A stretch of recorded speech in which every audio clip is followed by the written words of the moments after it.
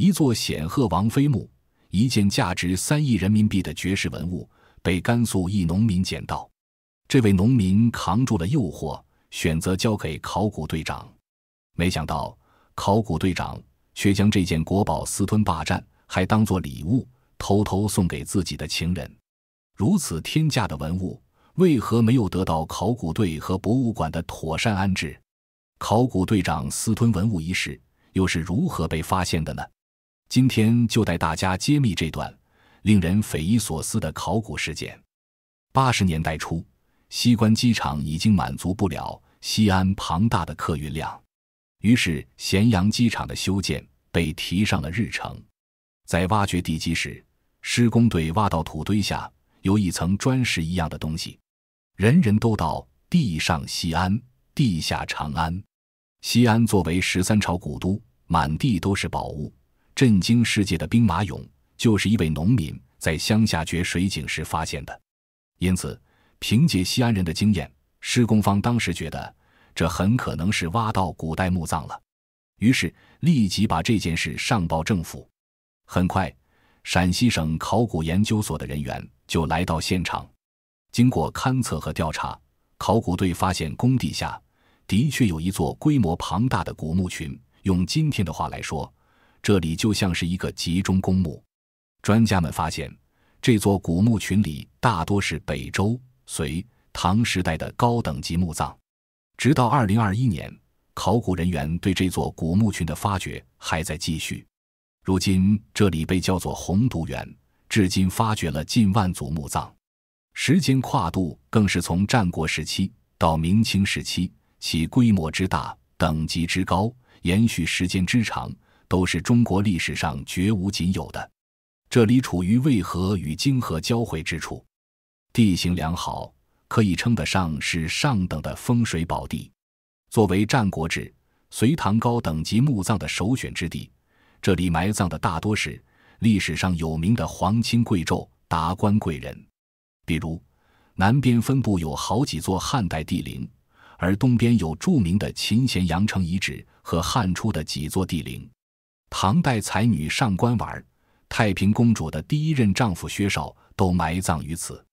因此常有人说，一座洪都园半部中国史。这时考古队发现了位于咸阳机场锅炉房湾2工地的一个特殊女性墓葬。经测量发现，其全长达 35.97 米，保存完好。仅从墓穴的长度来看，已经可以初步断定，这是一座王侯级别的古墓了。除此之外，这座古墓还有几个特别之处，引起了专家的注意。首先，这座墓葬的规格比唐代许多公主和后妃都高，有6个过洞，7个天井。唐太宗嫡长女长乐公主的墓葬不过才4个过洞，5个天井。其次，墓葬里的壁画是当时发现的唐代最早期的壁画。第三，4过洞的东西壁上为武官，头戴黑色小冠，身穿红色宽袖长袍，脚穿黑靴，双手铸剑。第五，6过洞的东西壁上绘纹官像，头戴黑色小冠，身着宽袖长袍，脚穿黑靴，双手持护板或贡品。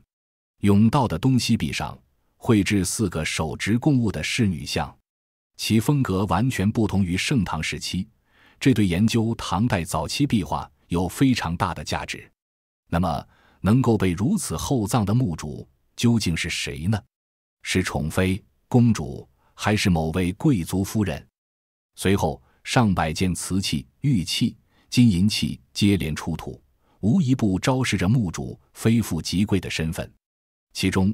墓主头上戴的金花冠做工最为细致，主体包括金圈、金花钿、金花叶、金花蕊，还镶嵌有各色珍珠和宝石，共计109件，是目前发现唐代金头饰中最完整的一套。金花冠被发现时仍戴在墓主人头骨上，只不过上面的丝绸编织等物已在岁月的侵蚀下全部腐烂。整个花冠事件制作极其细致，体现了唐初级其高超的工艺水平。就连其中一个极小的金饰件都采用金框宝垫工艺，在金板上用金矿组合纹饰图案，以多彩宝石、琉璃等打磨成，对应形状镶嵌其中，边饰与地纹，有时也用连珠与金粟。散落在墓主头边的金耳坠也值得一提。汉代以后，直至隋、唐、五代，中原地区都不流行穿耳和戴耳坠。当时的壁画或陶俑等文物几乎看不到戴耳环的，因此该时期出土的耳坠也十分稀少。五代时期戴不戴耳环甚至成为区分番人、汉人的标志。而咸阳机场古墓里发现的这对耳坠具有典型的北方民族特色，即耳环之下再坠连其他饰物，因此从这对耳坠几乎可以推断出墓主不是汉人。墓主头边还散落着镶满宝石的金发钗、金碧子等首饰。一些专家认为，这似乎是一整套女性首饰，可是唯独缺了一对手镯。本以为会在后面的挖掘中发现手镯，然而直到最后也没有发现手镯的存在。还有一件值得注意的事，那就是墓主口中含着一枚东罗马扎什丁尼二世的金币，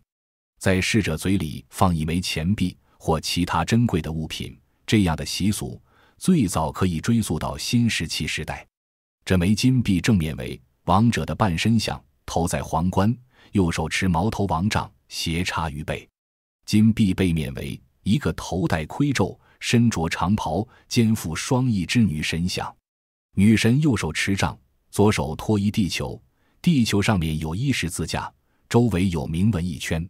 中国墓葬里发现外国金币在历史上并不少见，中国发现的有明确出土地点的东罗马金币共有29枚，这些金币是南北朝时期商周地区与东罗马国家交往的重要历史见证。墓中出土的文物被依次进行登记注册。一段时间后，考古工作到了尾声，许多考古人员撤离了现场，扫尾工作被交给了运安志。实际上，运安志作为陕西省考古研究所隋唐室主任兼石窟寺考古队队长，并不是考古领域的专家，平时只负责人员的管理和调度。白天，扫尾工作有条不紊地进行着，夜里看护古墓的任务被交给了甘肃天水市农民工武务昌和罗月娃。就在这看似平静的水面下，一股暗流悄然升起，在日后掀起了狂风暴雨。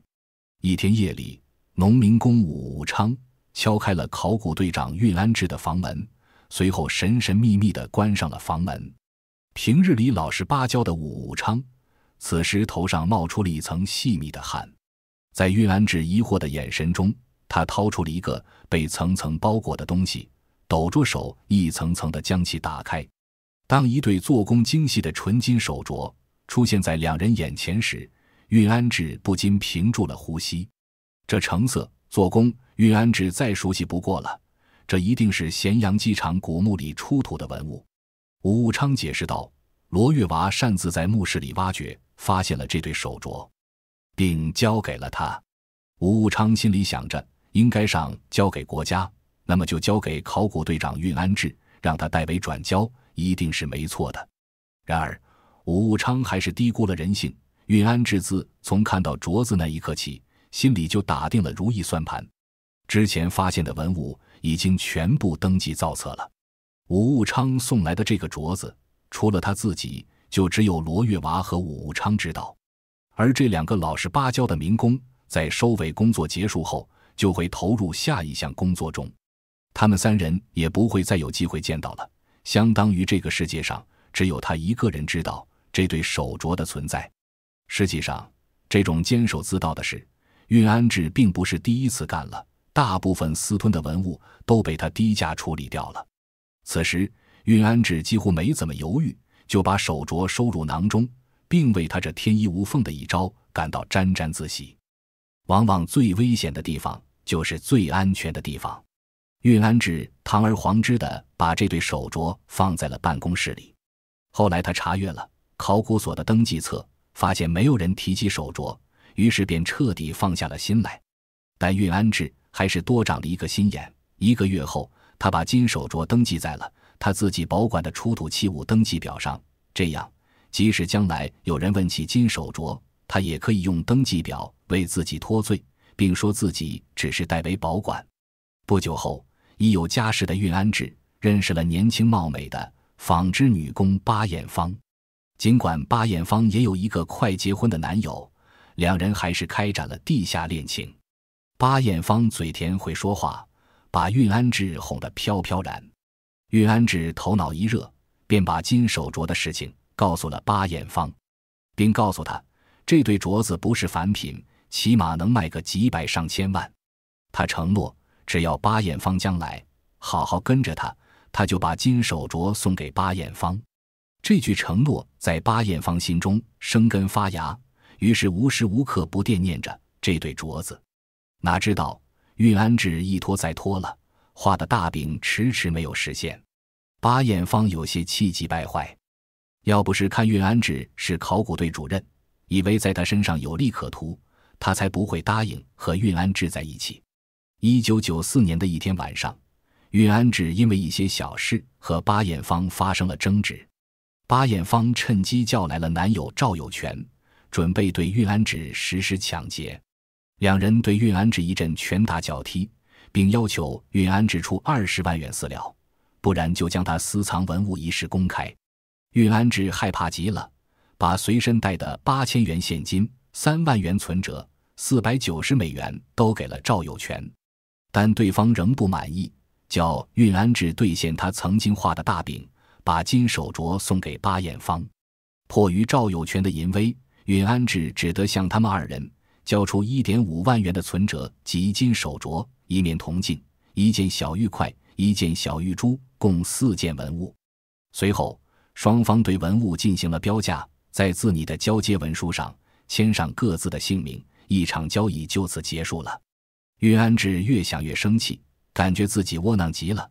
于是回家后就向妻子坦白了被情人抢劫的事。妻子听完顿时懵了，一时不知该气丈夫竟然背着自己找小三，还是气家里的钱财，一下子空了。运安志自作聪明，打算报警。此时他心里早就盘算好了如何为自己脱罪的说辞。随后如此惊人的涉案金额引起了西安警方的高度重视，很快就将巴彦芳和其男友捉拿归案，并追回了赃款赃物。运安志向警方交代，这对手镯是当年咸阳机场 M2 工地的文物，但此时运安志谎称自己是为了登记保管研究，因此并未受到私藏文物的处罚。只不过历时6年，这对金手镯终于重见天日。因为牵扯到国宝文物，警方请来当时负责西魏墓的陕西省文物管理局，对涉案文物金额以及所属墓主身份进行了核实鉴定。很快，考古人员给出了一个惊人的结论，这对金手镯价值3亿之高。镯子为纯金打造，重达111克，分别雕刻着2条活灵活现的金龙，双龙口中衔着一颗明亮的珍珠，因此被命名为双龙戏珠纯金双翘镯。纵观中国古代文物，金手镯并不少见，但这样造型精美、做工精细的实属难得一见。从当年出土金手镯大墓里的墓志铭来看，不难判断出这对镯子的女主人叫做贺若突厥。虽然历史上对她的记载少之又少，但从墓志铭和其关系人物来看，这位王妃60多年的人生可谓是充满了传奇与悲伤。墓主名大意为贺若突厥，又魏大将军贺若统孙女，灵州总管贺若义之女，虚龄12岁嫁给宇文盛，做拜越王妃。开皇9年改嫁独孤罗，封赵国夫人。武德元年9月18日在河阳去世，虚岁63。武德4年11月，甲申朔7日庚寅，葬于雍州咸阳县洪都川凤贤乡敬民里。通过墓志铭不难看出，这位王妃在那个相当封建的古代社会进行了2次改嫁。要知道，中国古代的女人是没有改嫁这一说的，丈夫死后，不管她多年轻，都只能守活寡。这是因为古代女子受礼教约束，把贞洁看得比命还重要，绝不允许自己一女侍二夫。这种现象在宋明清时期尤为严重，所以如果哪一个寡妇改嫁他人，那必定是要受到左邻右舍的非议和指指点点。那么为什么贺若突厥能够改嫁呢？这一点让考古人员心中产生了疑问。考古专家们通过她2人丈夫的死，大致解读出了她的一生。贺若突厥原是鲜卑族贺若部人，他父亲贺若义、祖父贺若统都是西魏名将。古文记载，北俗魏中正为贺若，后魏孝文时代人皆改单姓，为贺若氏，以先族有中正之称不改，仍为贺若氏。可见贺若氏满门忠贞，在南北朝时期享有盛名。公元567年，北周文帝宇文泰的第12子14岁的宇文盛到了成婚的年纪，于是以弟子之贵，才弟甚隆，妙求邦媛，在贵族之中寻找适龄女性。而贺若突厥又张聪敏，12岁时到了出嫁的年纪，有贵貌兰芬之姿，更是凭借美好的外貌和品德赢得了不少赞誉。于是门当户对的宇文盛和贺若突厥很快便奉父母之命成婚了。在现代，12岁还没有小学毕业，但在古代，尤其是战乱时期，这是正常现象。再加上当时鲜卑等北方民族因为长期游牧生活，食肉饮乳，导致生理早熟，所以有早婚习俗，女子最晚15岁就出嫁了。7年后，丈夫宇文盛被封为越王，10亿1万户，贺若突厥作为越王妃，跟随他一起前往封地。之后的岁月里，朝堂风云变幻，贺若王妃的大伯贺若敦被逼自尽，他父亲贺若义也被免职，而真正的噩梦正在悄然降临。公元580年，周宣帝宇文赟病重，杨坚意图篡夺北朝政权，但又忌但宇文家族的藩王，于是以谋反的罪名，将包括贺若王妃的丈夫宇文盛在内的5位藩王杀害。贺若王妃和宇文盛的儿子也全部在宅邸中遇害，只留下贺若王妃一人。也许是看在他父亲贺若义和整个贺若氏的面子上，杨坚留了贺若突厥一命。但年轻守寡，又经历丧子之痛，想必贺若突厥经受了常人难以接受的痛苦。几年后，34岁的贺若突厥在一场宴会上偶然与独孤信长子独孤罗相识。当时贺若突厥和独孤罗，一个丧夫一个丧妻，2个心境相同的人很快就走到了一起。那么作为前朝王妃的贺若突厥为何能够改嫁他人呢？其实这和南北朝时期特殊的时代环境有关。首先，魏晋南北朝时期战乱频发，许多壮年男子都死在了战场上。为了保障整个社会的生育率和劳动力，女子再嫁再生育变成了很常见的事。其次，皇权衰弱，使当时的人们得以从君主集权的控制下解放出来。再加上玄学和佛学兴起，儒学式微，这些都带动了整个社会的思想解放。最重要的是，当时的鲜卑族妇女也像男子一样习武、射箭、策马奔腾，和男子有着相近甚至平等的地位，也享有一定的恋爱自由权和婚姻自主权。作为鲜卑族女性的贺若突厥自然不认为改嫁有什么问题了，并且贺若突厥第2任丈夫独孤罗身世凄惨，婴儿时期便被北齐权臣高欢囚禁，一直到20多岁才被释放。后来生活困苦，多亏独孤氏族人相助，日子才慢慢好了起来。独孤罗性情宽厚，哪怕常常被弟弟妹妹欺辱，也从不生气计较。史书记载，然姓长者不与诸弟孝敬长短，后尤是重之。这里的后指的是隋文帝杨坚的皇后独孤伽罗。独孤伽罗十分心疼长兄的遭遇，在派人找到独孤罗后，为他送上了丰厚的财物。在今后的日子里，杨坚夫妇也帮助了独孤罗许多。杨坚建立隋朝后，追封老丈人独孤信为赵国公。由于独孤信已经去世多年，因此只能由他的儿子们来继承爵位。于是隋开皇2年，杨坚改封独孤罗为赵国公，并亲自前往他府中向他道贺。贺若突厥与独孤罗成婚于开皇9年，婚后便被封为了赵国夫人，宅伊华氏，予宣圣礼，宠夫有章，享尽了荣宠。22岁的年龄差距并没有成为两人之间的隔阂，他们婚后的生活在当时算得上是祥和美好。独孤罗在外任职时，贺若突厥就操持着家中各种大小事务，并教育年幼的孩子们。然而公元599年，独孤罗病重离世，贺若突厥再次孤身一人，他在世上的牵挂只剩下了儿子独孤武都。独孤武都从小就比别的孩子聪明，贺若突厥在他的教育上费了很多心思，也把这个儿子看得比自己的命还重要。公元618年，正是唐高祖李渊建立唐朝的武德元年，也是隋朝覆灭之年，各地农民纷纷起义。当时在紧张的时局下，年迈的贺若突厥不顾舟车劳顿来到了河阳，也就是今天的河南省孟州市西部。他所谓何事呢？原来他儿子独孤武都正在河阳任职，先后投靠了叛军李密和隋朝重臣王世充，他十分担心儿子的处境，因此哪怕千难万险，也要亲眼确保儿子的安全。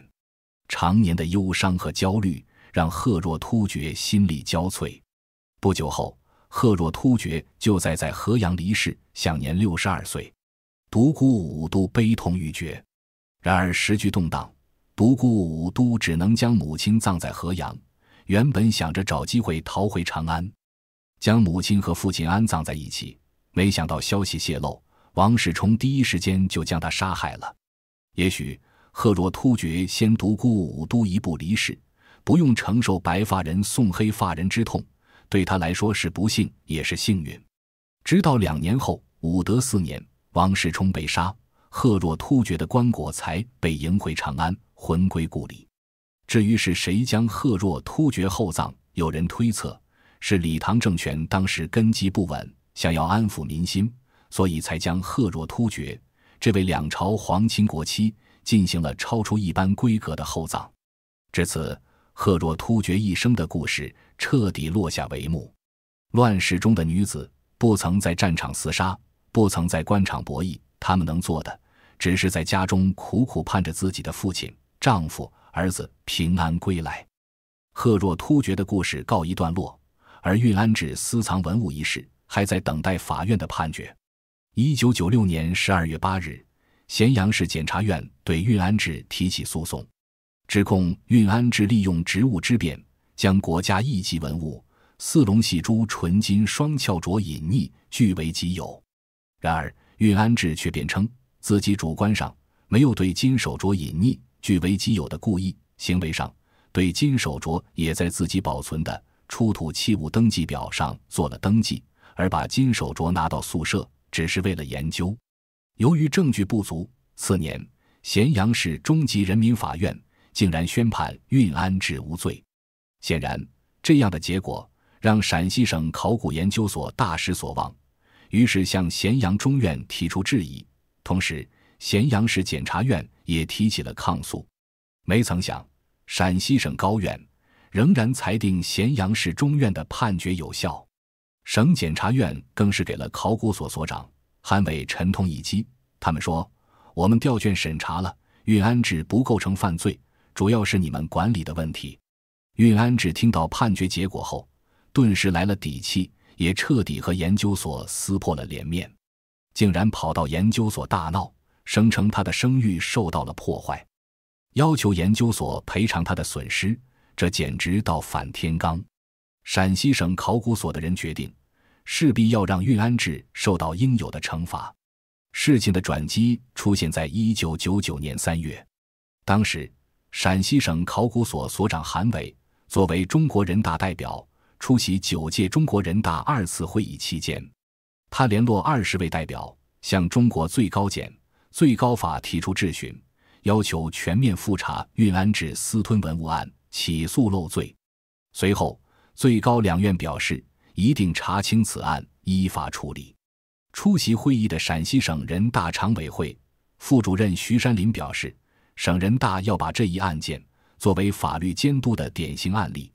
1999年4月6日，陕西省人大科教文卫委员会向省人大常委会主任会议报告，建议主任会议加大监督力度，公正处理此案，挽回不良影响。